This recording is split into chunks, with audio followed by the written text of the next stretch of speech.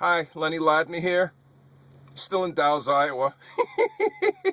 Yeah, you get started with this thing, you don't know where it's going to go. Anyway, I want to give you a little book report. A couple weeks ago, I was at a thrift store. I actually buy a lot of books at thrift stores. And the thrift store was in a place called Rogers, Minnesota. And they got books for $1, a quarter, $2. Well, I actually spent $6.99 for a book that's recent. I usually don't read books that came out that are under 30 or 40 years old. That's why I'm smart. And the book is called Coolidge. Oh, thank you. Yo, Cal, what's happening, Cal? And it was written by an Amity Chalice. Now, what I couldn't figure out is why you have Paul Volcker being quoted, George Will, I don't know who Annie Applebaum is, Mark Halperin, or Paul Ryan. All right, I couldn't figure out why these people are being quoted, and I couldn't figure out why a major New York City communist book publisher, who published this? Who published this? I should know. I am not prepared for this. Harper Brothers, a major New York City publisher, is publishing this. Now, the book is good. I enjoyed the book. I enjoyed the book enough to want to ask the author to kindly autograph it. Got a lot of autographed books at home, believe me. And I could not figure out why this book was written, why you have all of these recent books, last 10 or 15 years, written on President Coolidge and President Harding in that era. Couldn't figure it out, all from scholars. Couldn't figure it out.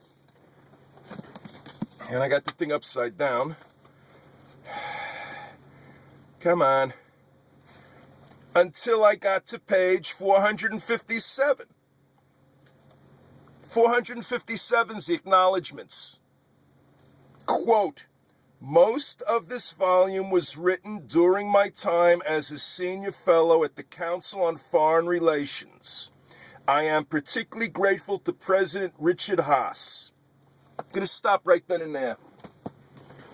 Council on Foreign Relations has been the linchpin of this elitist communist conspiracy to destroy the United States of America and engulf it into a United Nations, or as Mr. Welch would say, if this conspiracy works, we're going to be in darkness of feudalism for the next 10,000 years.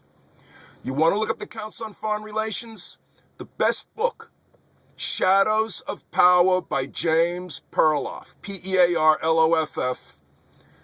Get it off a used book search engine called AdAll. I do not get a commission on this or want it. I want you to start thinking.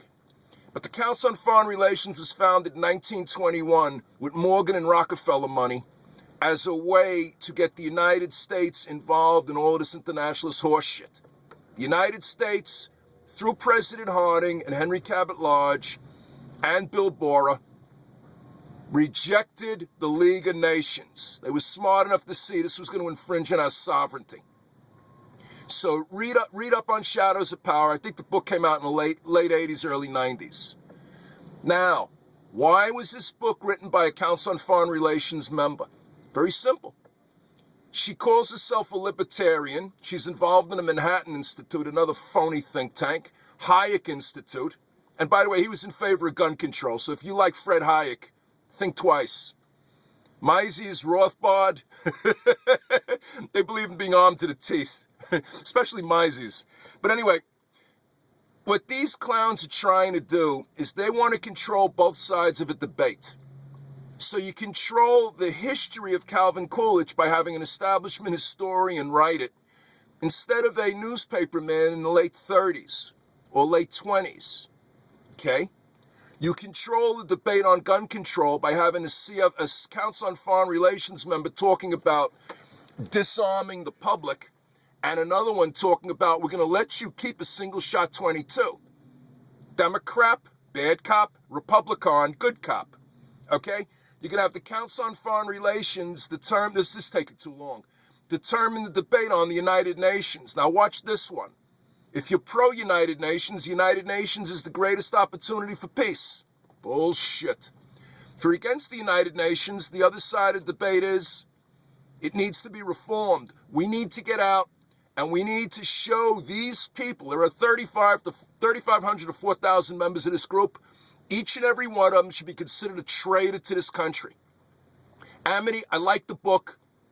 You're on the wrong side of the line. You are not going to invade the libertarian movement or the patriot movement. We're on to your games. So to sum it up, the book is worth $1 or $2. She probably got $1 million advance on it. She is a member of a conspiracy against this country, and that conspiracy is there to control both sides of the debate. By the way, Lenin said it best. If we can't control the opposition, we're going to be the opposition. Think about that. I'm Lenny Ladner. If you like what I said, and this took too long, if you like what I said, share it. If you don't like it, I'll try harder the next time.